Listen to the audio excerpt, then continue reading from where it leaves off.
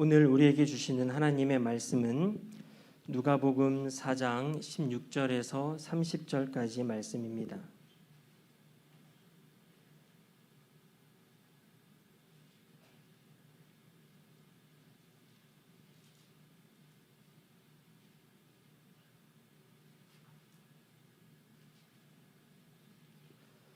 누가복음 4장 16절에서 30절까지 말씀을 다 함께 봉독하겠습니다. 예수께서 그 자라나신 곳 나사렛에 이르사 안식일에 늘 하시던 대로 회당에 들어가사 성경을 읽으려고 서심해 선지자 이사야의 글을 들이거늘 책을 펴서 이렇게 기록된 데를 찾으시니 곧 주의 성령이 내게 임하셨으니 이는 가난한 자에게 복음을 전하게 하시려고 내게 기름을 부으시고 나를 보내사 포로된 자에게 자유를 눈먼 자에게 다시 보게 함을 전파하며 눌린 자를 자유롭게 하고 주의 은혜의 해를 전파하게 하려 하심이라 하였더라. 책을 덮어 그 맡은 자에게 주시고 앉으시니 회당에 있는 자들이 다 주목하여 보더라. 이에 예수께서 그들에게 말씀하시되 이 글이 오늘 너희 귀에 응하였느니라 하시니 그들이 다 그를 증언하고 그 입으로 나오는 바 은혜로운 말을 놀랍게 여겨 이르되 이 사람이 요셉의 아들이 아니냐. 예수께서 그들에게 이르시되 너희가 반드시 의사야 너 자신을 고치라 하는 속담을 인용하여 내게 말하기를 우리가 들은 바 가버나움에서 행한 일을 내 고향 여기서도 행하라 하리라. 또 이르시되 내가 진실로 너희에게 이르노니 선지자가 고향에서는 환영을 받는 자가 없느니라. 내가 참으로 너희에게 이르노니 엘리야 시대에 하늘이 3년 6개월간 닫히어 온 땅에 큰 흉년이 들었을 때에 이스라엘에 많은 과부가 있었으되 엘리야가 그중 한 사람에게도 보내심을 받지 않고 오직 시돈 땅에 있는 사렙다의 한 과부에게 뿐이었으며 또 선지자 엘리사 때에 이스라엘에 많은 나병 환자가 있었으되 그 중에 한 사람도 깨끗함을 얻지 못하고 오직 수리아 사람 나아만 뿐이었느니라.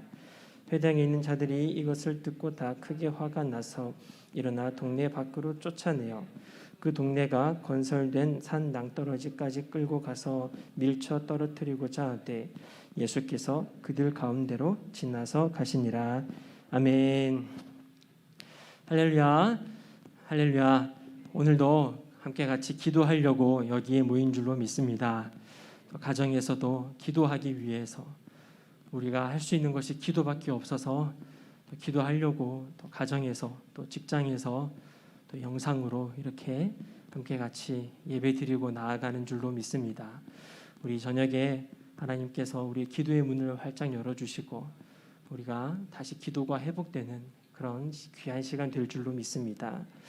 우리 함께 금요일은 부교육자들이 함께 말씀을 전하고 있고 이번 2022년도에도 마찬가지로 생명의 삶 큐티책을 가지고 함께 말씀을 나누고 있습니다.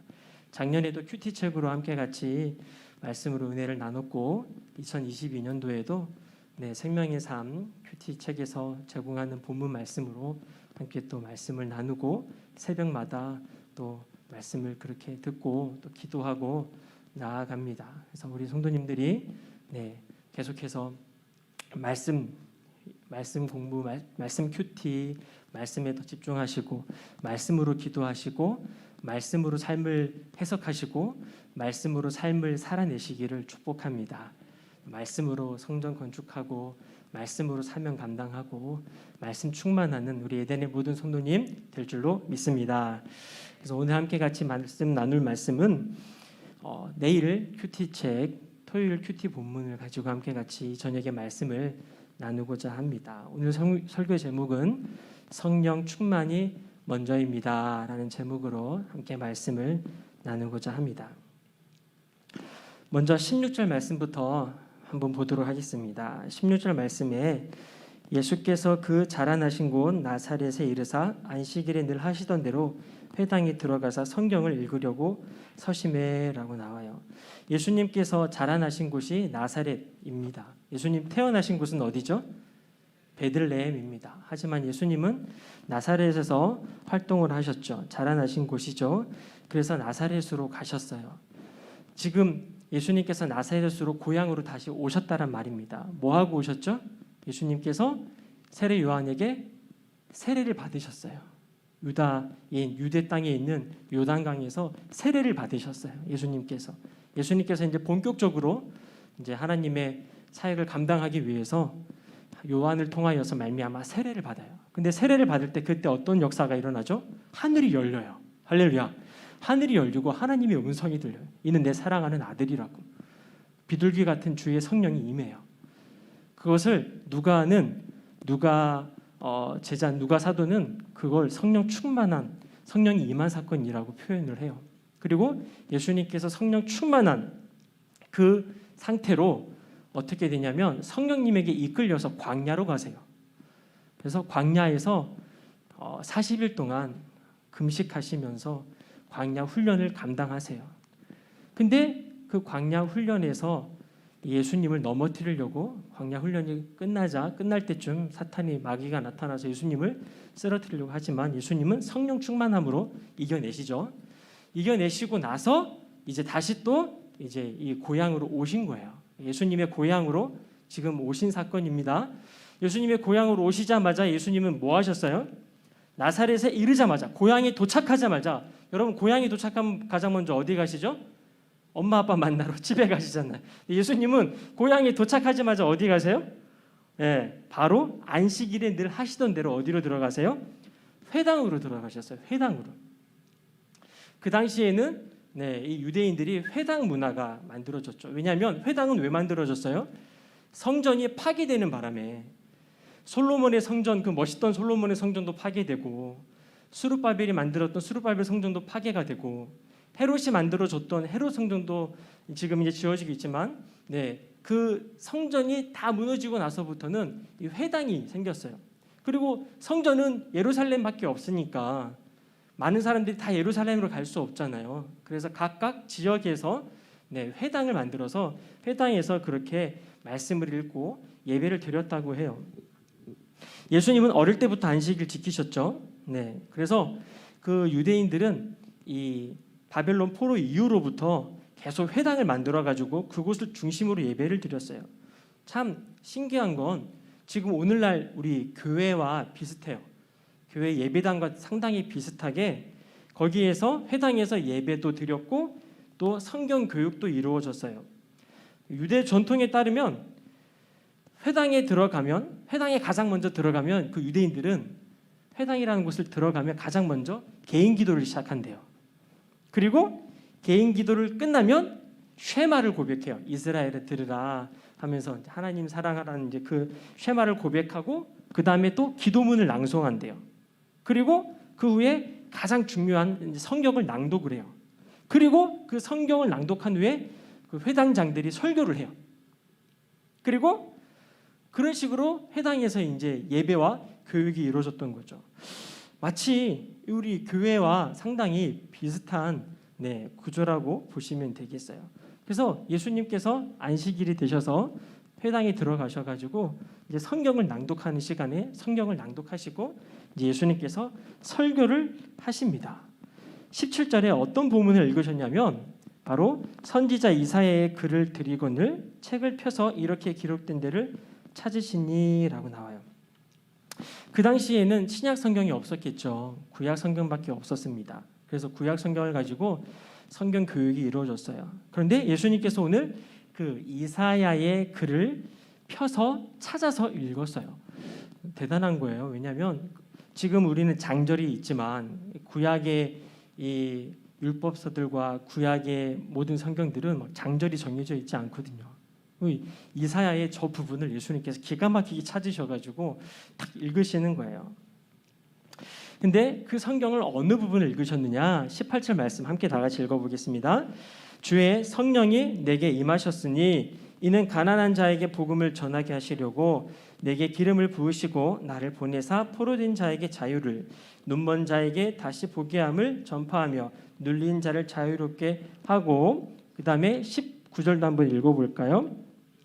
주의 은혜의 해를 전파하게 하려 하심이라 하였더라라고 예수님께서 딱 그 중요한 이사야 말씀을 딱 읽으세요. 그리고 그 이사야 말씀을 읽으신 후에 이 말씀이 어떻게 됐다 그래요? 20절에 함께 읽겠습니다.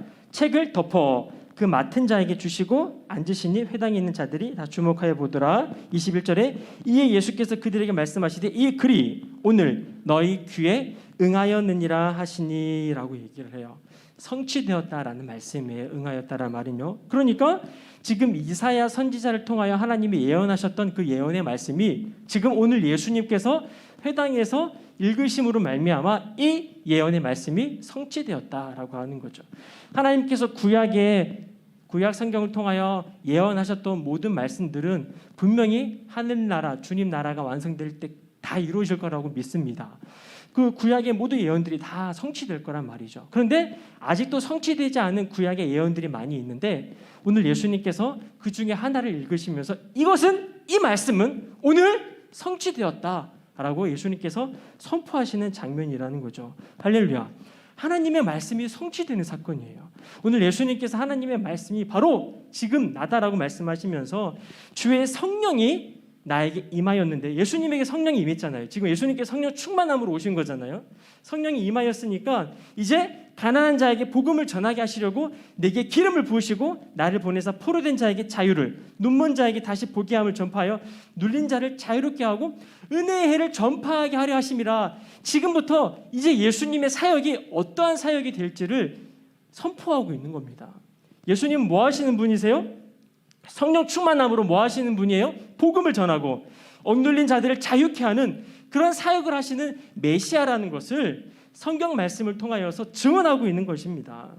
그래서 예수님은 성령 충만하심으로 가난한 자들에게 복음을 전파하시는 사역을 하셨고 포로된 자를 자유케 하시는 사역을 하셨고 눈먼 자를 보게 하셨고 눌린 자를 자유롭게 하시는 그 놀라운 사역을 시작하셨던 것이죠. 예수님께서 이러한 놀라운 일을 할 수 있었던 것은 다 누구 때문이에요? 바로 성령님 때문이었다라는 것을 누가복음은 정확하게 기록하고 있습니다.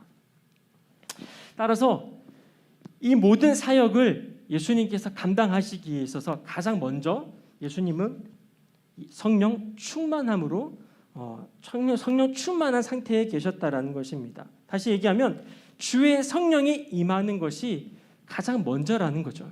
오늘 설교 제목처럼 모든 사역이 예수님의 사역이 시작되기 전에 예수님은 가장 먼저 성령 충만하셨다라는 거예요. 그래서 사역이 먼저가 아니라 성령 충만이 먼저라는 걸 예수님께서 보여주셨습니다. 이것은 하나님의 정하신 순서예요.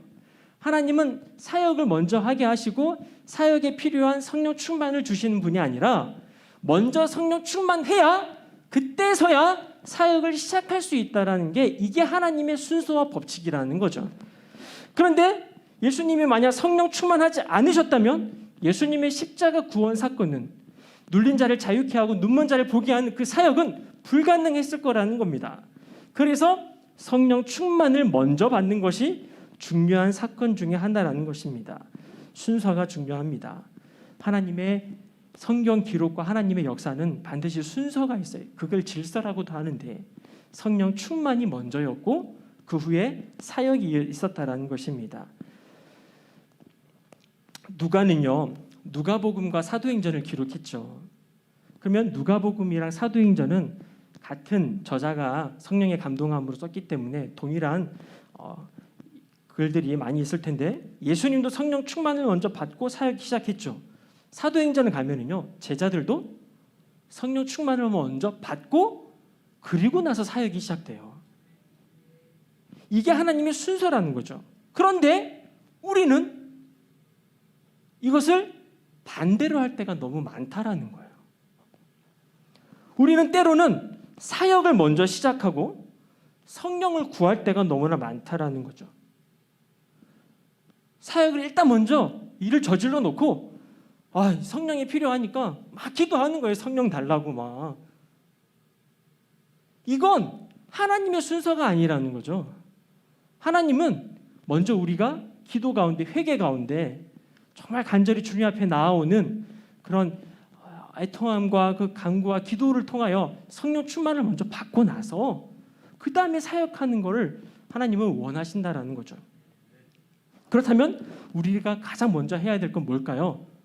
사역이 아니라 성령 충만인 줄로 믿습니다.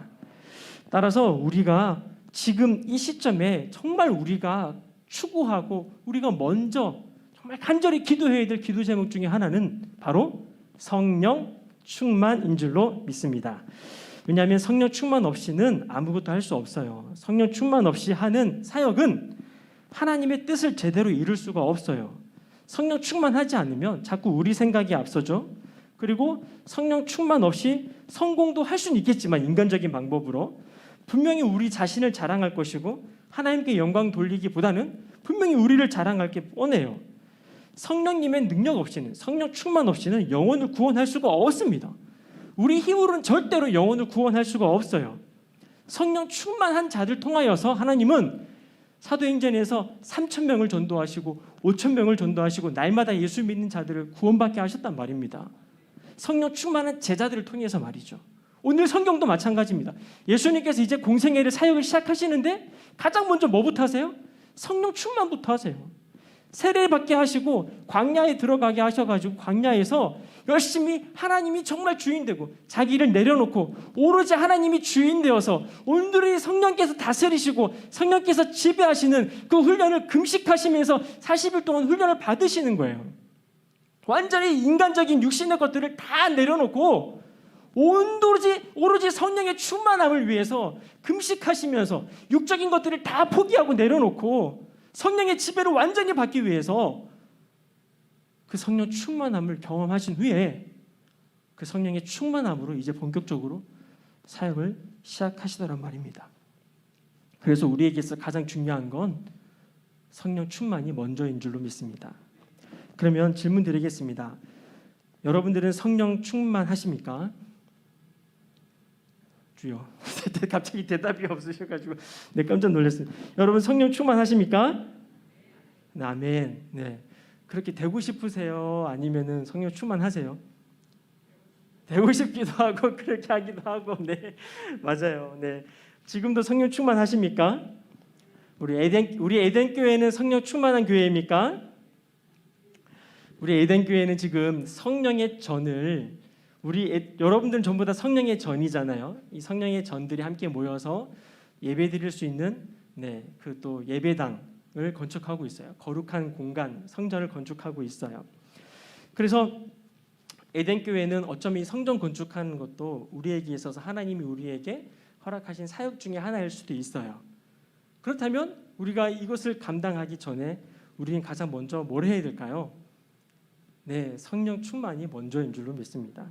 성령 충만하지 않으면 절대로 이것을 감당할 수가 없습니다. 여러분 그거 아시죠? 지금이라도 늦지 않았습니다. 우리가 지금이라도 다시 성령 충만을 위해서 기도한다면 하나님 반드시 우리를 통하여 말미암아 하나님의 나라를 확장해 나가실 거라고 믿어요. 하나님께서는요, 우리 그 에덴 교회의 그 건물 예배당 그걸 통하여서 분명히 많은 일들을 하시고 싶으실 거예요. 우리 의지로 시작한 게 아니었기 때문에 하나님께서 모든 상황과 여건을 이끌어 가셨기 때문에. 그런데 여러분, 우리 에덴 교회가 교회 건물이 멋있게 지어졌는데 우리가 성령 충만하지 않으면 어떨까요? 교회는 멋있게 지어졌는데 에덴의 성도님들 한 분 한 분이 성령 충만하지 않으면 과연 그 건물이 하나님의 나라 확장을 위해서 쓰임 받을 수 있을까요? 성령이 없으면 그 어떤 복음 사역도, 그 어떤 영혼을 눌린 자를 자유케 하는 사역도, 눈먼 자를 눈뜨게 하는 사역도 절대로 감당할 수가 없다라는 겁니다. 우리 힘으로는 영혼 구원이라는 걸 할 수 없는 존재들입니다. 그런데 우리가 성령 충만을 받으면 우리는 수많은 사람들을 구원할 수 있는 교회가 될 줄로 믿습니다. 우리에겐 성령이 필요합니다. 우리에겐 성령 충만함이 필요합니다. 그래서 우리는 지금 이곳에서 성령 충만을 위해서 기도해야 될 줄로 믿습니다. 제자들에게 예수님께서 승천하시면서 예루살렘에서 기다려라. 내가 몇 날이 안 되어서 너희들에게 성령의 충만함을 줄 거다. 그러니 꼭 기도해라. 그래서 제자들이 오로지 기도에 전념하면서 열심히 기도를 해요. 근데 하나님께서 정말 약속을 우리에게 주셨단 말입니다. 우리도 오로지 기도에 전념하면서 성령 충만 받기 위해서 우리가 얼만큼 기도하고 있는가요? 우리 에덴의 성도님들이 정말 성령 충만하기 위해서 얼마만큼 주님 앞에 엎드려 울부짖고 있나요? 우리가 정말 그 사도행전에 나왔던 제자들처럼 정말 간절함으로 기도하고 있는가? 아니면 어떻게 되겠지? 이렇게 어느 정도 타협하면서 기도하고 있는가? 다시 우리를 점검하고 오늘 저녁부터 다시 기도에 전념하는 에덴의 모든 성도들 되시기를 축복합니다. 제가 예배를 준비하다가 이렇게 난로를 켜는데 기름이 떨어져 있는 거예요.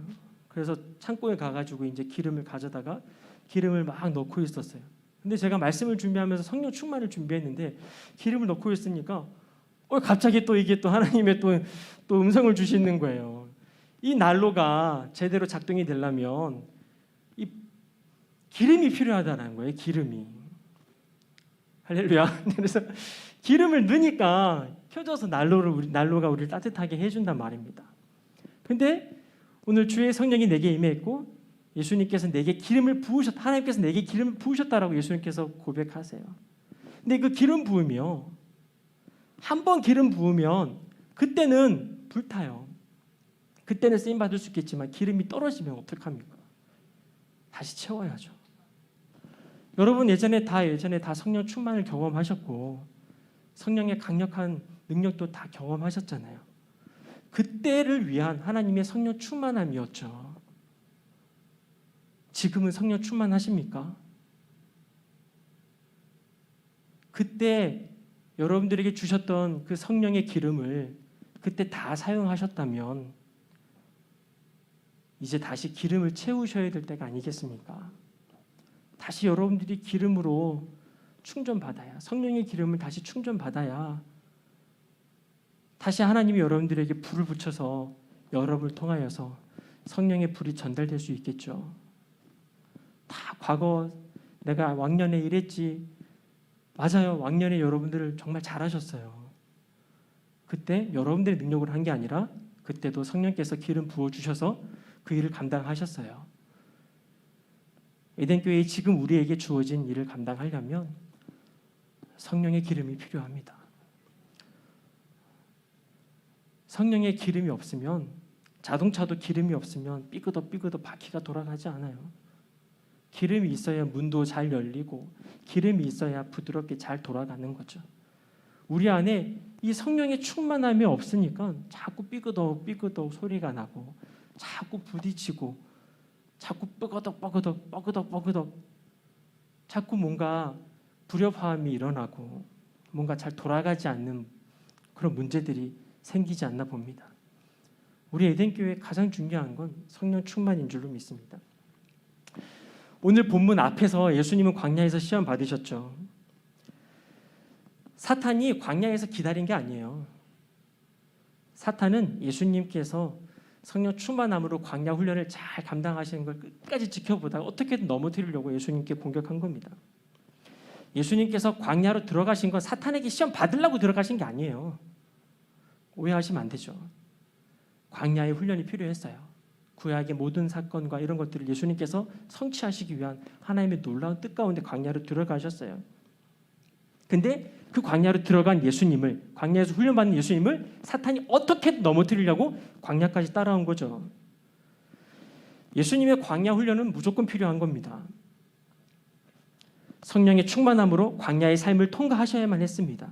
그래서 예수님은 자신의 힘으로 되지 않아서 금식해 버리셨어요. 그래서 성령의 온전히 도우심으로 광야 훈련을 잘 감당하십니다. 인간적인 모든 것을 내려놓고 오직 성령님 한 분만 의지하여서 하나님이 주인이 되시는 삶을 살고 오직 주님의 영광을 위해서 자신을 완전히 내려놓고 성령으로 가득 채우는 그 훈련을 광야에서 하신 거죠. 광야는 그렇게 예수로 채우고 성령으로 채우는 아주 귀한 장소입니다. 저는 에덴교회가요 광야 훈련을 받고 있다라고 믿고 있어요. 왜냐하면 저는 에덴교회 구성전이 무너지는 걸 교육관에서 다 지켜봤어요. 저희 사택에 교육관 4층이 있었잖아요. 그래서 우리 교육관 4층에서 에덴교회 구성전을 바라보면은 그 옆구리를 이제 포크레인을 뜯어가지고 옆구리에서부터 장의자를 꺼내는 그런 장면을 다 보고 무너지는 것까지 교육관에서 다 보여요. 너무 정말 다 보여요. 그래서 교육관이 그 구성전이 헐어지고 이제 이쪽으로 우리가 이사를 왔잖아요. 이쪽으로 이사 와가지고 우리가 여기서부터 주일날 예배 드렸지만 1층 교육관에서 계속 새벽 예배랑 수요 예배, 금요 예배 하셨잖아요. 근데 거기에서 우리가 함께 같이 오자마자 이사 오자마자 하나님께서 우리에게 주셨던 감동들이 있었어요. 혹시 기억나시나 모르겠어요. 바로 이곳이 광야 훈련이다라고 우리에게 말씀하셨었어요. 바로 우리가 좋은 예배당, 좋은 교회 건물을 바로 들어가는 게 아니라 그 성전을 건축하기 전에 마치 여기가 허허벌판이었잖아요. 아시잖아요. 그죠? 잡초도 많고 허허벌판이었는데 이곳으로 우리를 먼저 보내셨단 말이죠. 그래서 우리가 고백하기를 여기는 광야 훈련이다. 우리가 정말 하나님의 그 정말 멋있는 성전에 들어가서 그곳을 통하여서 이제 하나님의 사역을 감당하기 전에 이 광야와 같은 곳에서 훈련받는 시간이다라고 우리가 막 고백하고 기도했어요. 그래서 이곳을 거쳐가는 반드시 이유가 있다라고 하면서 여기에서 기도 훈련 해가지고 성령 충만함으로 새 성전에 입당해야 됩니다라고 막 기도하고 했어요. 기억나세요? 할렐루야. 네, 다시 한번 기억해 보세요. 네. 그래서 여기가 막 우리가 이곳에서 열심히 기도해야 된다. 여기서부터 성령 충만해가지고 그래 새 성전 들어가야지. 이거 기도 훈련도 제대로 안 되고 성령 충만도 받지 않고 새 성전 들어가봤자 아무런 쓸데가 없기 때문에 여기서 무조건 훈련 받고 들어가야 된다라고 하면서 우리가 막 열심히 기도했어요. 할렐루야. 네, 그 감동과 그 하나님 주신 그 약속의 그런 내용들은 아직도 유효한 줄로 믿습니다. 지금 우리 광야 훈련 받고 있어요. 광야 훈련에서 가장 중요한 건 우상 숭배하면 다 죽어요. 광야에서 우상 숭배하면 다 죽습니다. 지금 우리도요, 우리 안에 있는 우상을 다 부셔야 되고 우리 안에 예수로 완전히 채워야 되는 시간인 줄로 믿습니다. 우리 안에 성령으로 완전히 채워야 되는 시간이 바로 지금 우리가 훈련받고 있는 시간인 줄 믿습니다. 그런데 우리가 예수로 채워야 되고 성령으로 채워야 되는데 다른 것들로 채우고 있으면 하나님 보시기에도 지금 훈련 제대로 안 받고 있는 거잖아요. 그러면은 빨리 우상을 버리고 우상을 깨부수도록 하나님께서 시련도 주시고 고난도 주시고 여러 가지 훈련을 하실 거 아니겠습니까? 그래서 우리가 이곳에서 우리 안에 우상이 무엇이었는지를 다시 점검하고 다시 주님 앞에 회개함으로 기도함으로 다시 성령으로 채워서 새 성전에 들어가야 될 줄로 믿습니다. 여기 우리가 하나님께서 보내신 건 우리를 완전히 변화시켜서 성령의 사람으로 만들어서 새 성전에 보내시려고 우리를 먼저 이곳으로 보낸 줄로 믿습니다. 여러분 광야 훈련이 빨리 끝날 수도 있고 늦게 끝날 수도 있는 거 아시죠? 할렐루야. 네, 광야 훈련 빨리 끝내시고 다 같이 새 성전 들어가서 하나님 예배하고 또 그 지역을 또 하나님의 나라로 복음화시키는 우리 귀한 에덴교회 될 줄로 믿습니다. 그래서요 우리가 그 놀라운 하나님의 사역을 마지막 때에 또 에덴교회를 통하여 분명히 하실 일이 있을 거예요. 있어요. 그렇기 때문에 우리가 지금 어렵고 힘든 시기를 지나고 있는 거죠. 그런데 중요한 건 힘들고 어렵고 그걸 떠나서 마귀가 있던 없던 그걸 떠나서 중요한 건 성령 충만하면 된다는 겁니다. 마귀가 아무리 시험하고 마귀가 아무리 여러분들 흔들어도요 우리가 성령 충만하면 아무 문제 없습니다. 우리가 성령 충만하면 마귀가 아무리 우리를 넘어뜨려 할지라도 충분히 우리는 이겨낼 수 있습니다. 그래서 성령 충만함이 가장 중요한 것이죠. 그렇다면 여러분 질문 드리겠습니다. 성령 충만은 무엇이죠? 성령 충만은 첫 번째로는 말씀 충만이에요. 예수님께서 광야에서 성령 충만함으로 말씀으로 마귀를 무찌르시죠. 에베소서에는요 성령의 검은 곧 하나님의 말씀이라고 나와요. 성령의 검은 곧 하나님의 말씀이에요. 그러니까 성령 충만은 말씀 충만이에요. 우리 안에 말씀으로 완전히 채워야 되는 시간이 필요합니다. 여러분 요즘에 힘드세요? 혹시 시험 받고 있는 제목이 있어요? 이거는 말씀으로밖에 이겨낼 수밖에 없습니다. 어려운 문제가 나를 짓누르고 있을 때 말씀이 생각나면 무조건 승리합니다. 근데 어려운 문제가 나를 짓누르고 있는데 말씀이 생각 안 나잖아요. 못 이겨냅니다. 그래서 말씀 붙들고 계속 선포하며 기도하면 반드시 승리하게 될 줄로 믿습니다. 이 성령 충만은 말씀 충만이라고 하지만 또 두 번째로 아주 중요한 내용인데, 성령 충만은 바로 성령님의 지배를 받는 걸 의미합니다. 성령님에 의해서 완전히 철저히 내가 지배받는 상태예요. 성령님이 나를 완전히 다스리는 거예요. 그래서 여러분, 성령이 내 안에 계신 것과 성령 충만한 거는 조금 다른 거 아시죠? 여러분들 마음에 성령님 계십니까? 여러분들 마음속에 성령님이 계십니까? 아멘. 그래서 여러분들은 성령의 전이에요. 여러분들 한 분 한 분이 다 성령의 전이에요. 성령이 계시기 때문이에요. 그런데 성령 충만하십니까? 라고 물으면 대답이 잘 안 나와요. 왜냐하면 성령이 내 안에 계신 것과 성령 충만한 것은 조금 다른 문제예요. 성령 충만한 거는요, 내 안에 성령님이 계시지만 성령 충만한 건 그 내 안에 계신 성령님에게 완전히 지배를 당한 상태를 의미하는 거예요. 완전히 내가 죽어지고 완전히 내가 물에 잠겨가지고 완전히 그 물살에 완전히 휩쓸려가지고 푹 잠겨있는 그 상태, 성령님에게 완전히 잠겨가지고 성령께서 이끄시는 대로만 움직이고 이끄시는 대로만 말하고 이끄시는 대로만 사역하고 이끄시는 대로만 이동하고 움직이는 그 모든 것들을 바로 성령 충만한 상태라고 하는 거죠. 우리 안에 성령님이 계세요. 하지만 성령 충만한 상태는 아닐 수는 있어요. 우리 안에 성령님이 내주하시는 은혜를 경험하고 있지만 성령 충만을 경험하지 못할 수도 있어요. 여러분, 은사를 받았다고, 성령의 은사를 받았다고 성령 충만한 게 아닙니다.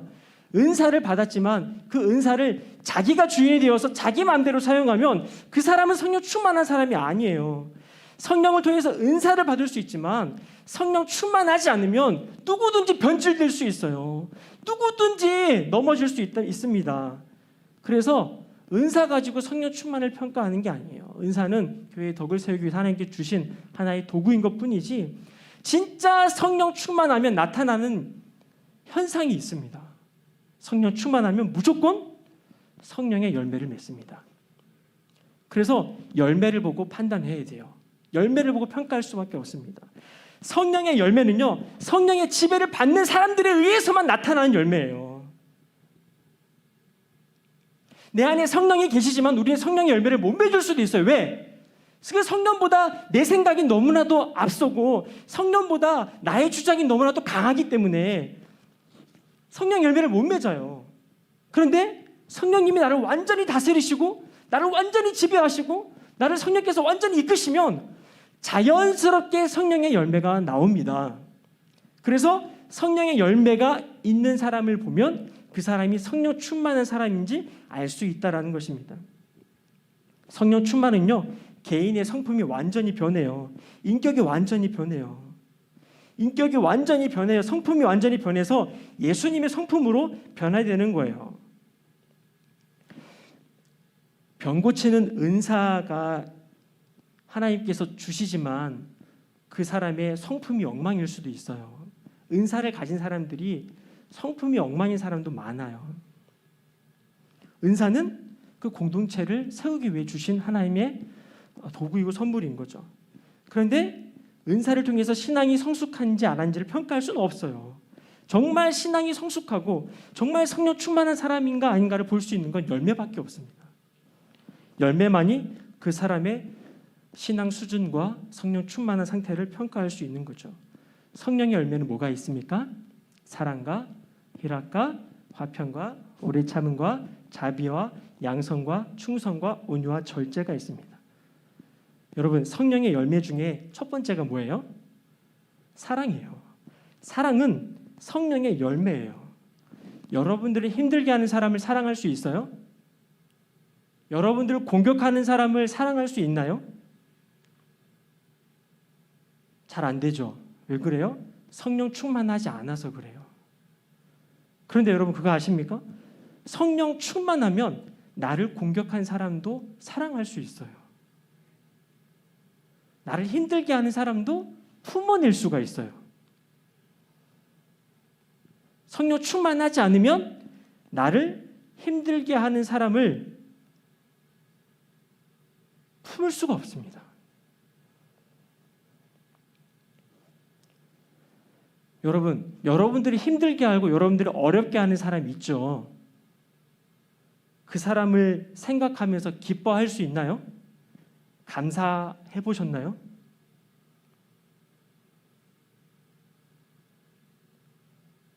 여러분들 어렵게 한 사람을 기뻐하고 감사한다면 여러분은 성령 충만한 상태입니다.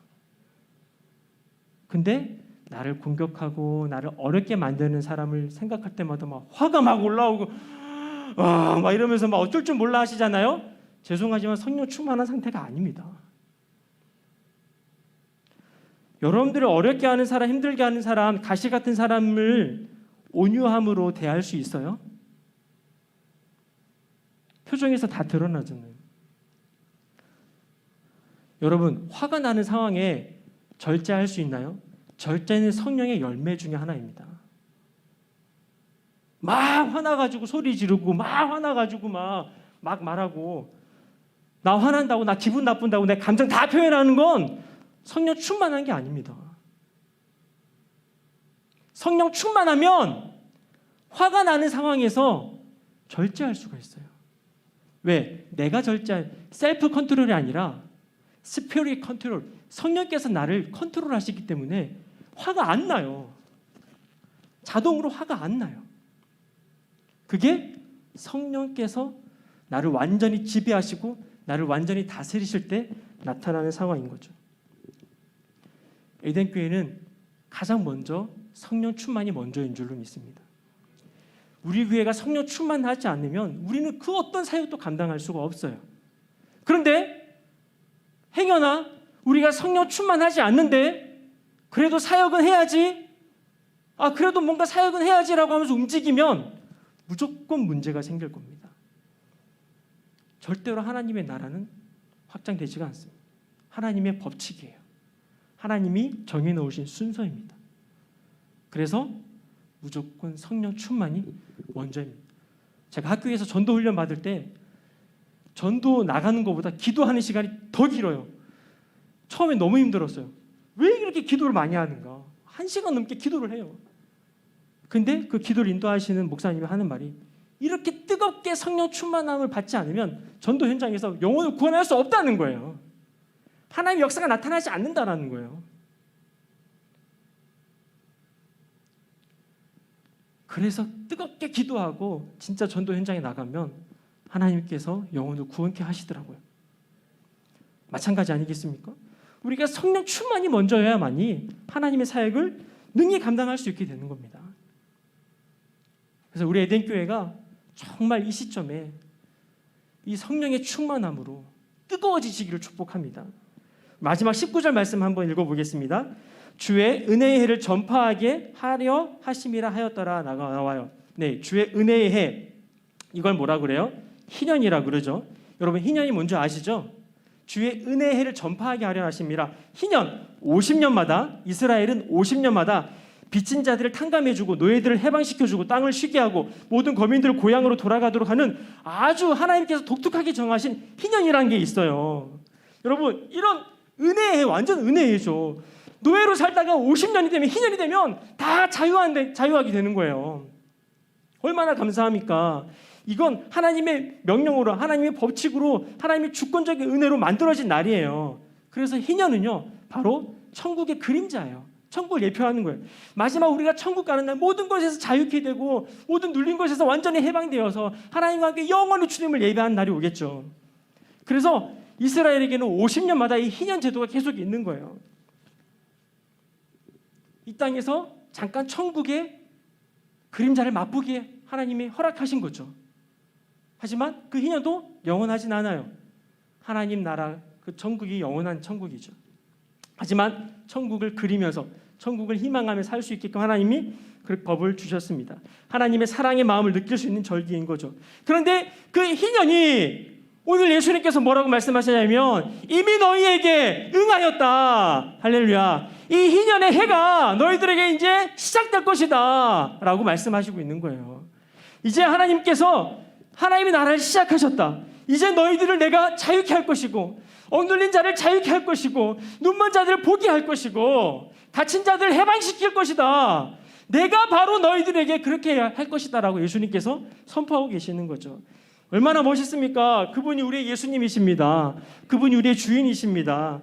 이제 그 예수님이 이 은혜해를 전파하시고 시작하셨습니다. 포로되었던 우리를 자유케 하시는 분이 예수님이십니다. 눈먼 자를 다시 보게 하는 분이 바로 예수님이십니다.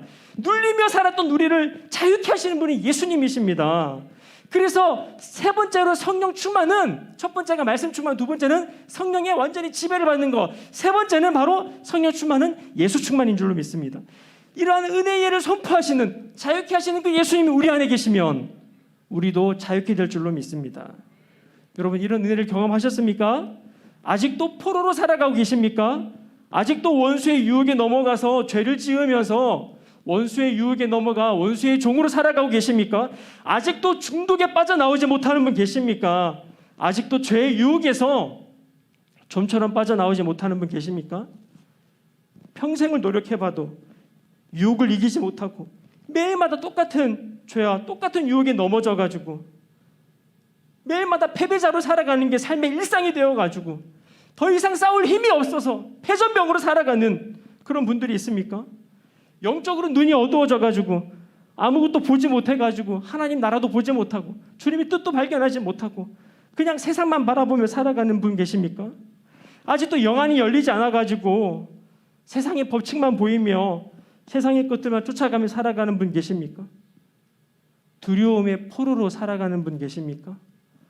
온통 걱정과 근심의 포로로 살아가는 분 혹시 이 가운데 계십니까? 예수님을 영접하시기를 축복합니다.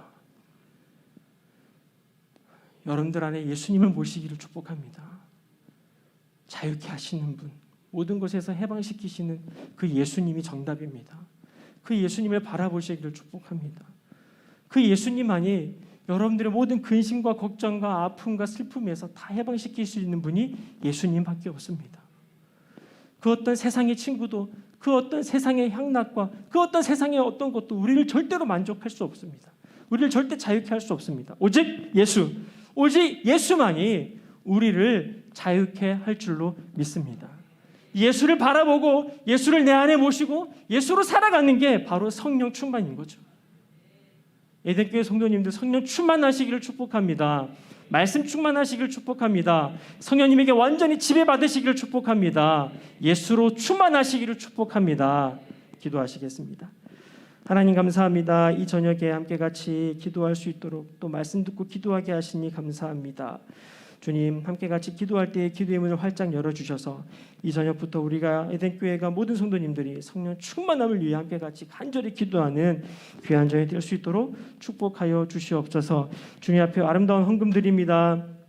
1,000번째 성전건 주건금 권정수 장로님, 신영자 권사님, 청경자 장로님, 조윤철 장로님, 박일신 권사님, 이경배 장로님, 권현신 권사님, 나하람 나하빈 청년, 손현우 청년, 그리고 감사헌금 김희정 권사님, 말씀과 성령 기도의 능력으로 모든 시험 이기고 승리하게 하옵소서. 주님 앞에 예물 드린 손길을 축복하여 주시고 주님 성령 충만한 복으로 허락하여 주시옵소서. 예수 충만한 복으로 허락하여 주시옵소서. 또한 예물뿐만 아니라 주님 앞에 마음도 드리고 시간도 드리고 우리의 모든 것을 드려 이 시간에 주님 앞에 주님 바라보며 예배하는 에덴의 모든 성도님들 주여 성령 충만함으로 역사하여 주시옵소서. 이 시간에 뜨겁게 기도하며 간절히 주님 앞에 성령 충만을 구하는 그리고 우리 안에 있는 모든 것들을 내려놓고 우상을 파괴하고 우리가 주인 되었던 것들을 내려놓고 함께 같이 기도하는 시간 될 수 있도록 인도하여 주옵소서. 예수님의 이름으로 기도드립니다. 아멘. 찬송가 268장 준비해 주시고 함께 주기도문 하시겠습니다. 하늘에 계신 우리 아버지여, 이름이 거룩히 여김을 받으시오며 나라에 임하옵시며 뜻이 하늘에서 이룬 것 같이 땅에서도 이루어지이다. 오늘날 우리에게 일용할 양식을 주옵시고 우리가 우리에게 죄진 자를 사하여 준 것 같이 우리 죄를 사하여 주옵시고 우리를 시험에 들게 하지 마옵시고 다만 악에서 구하옵소서. 대개 나라와 권세와 영광이 아버지께 영원히 있사옵나이다. 아멘.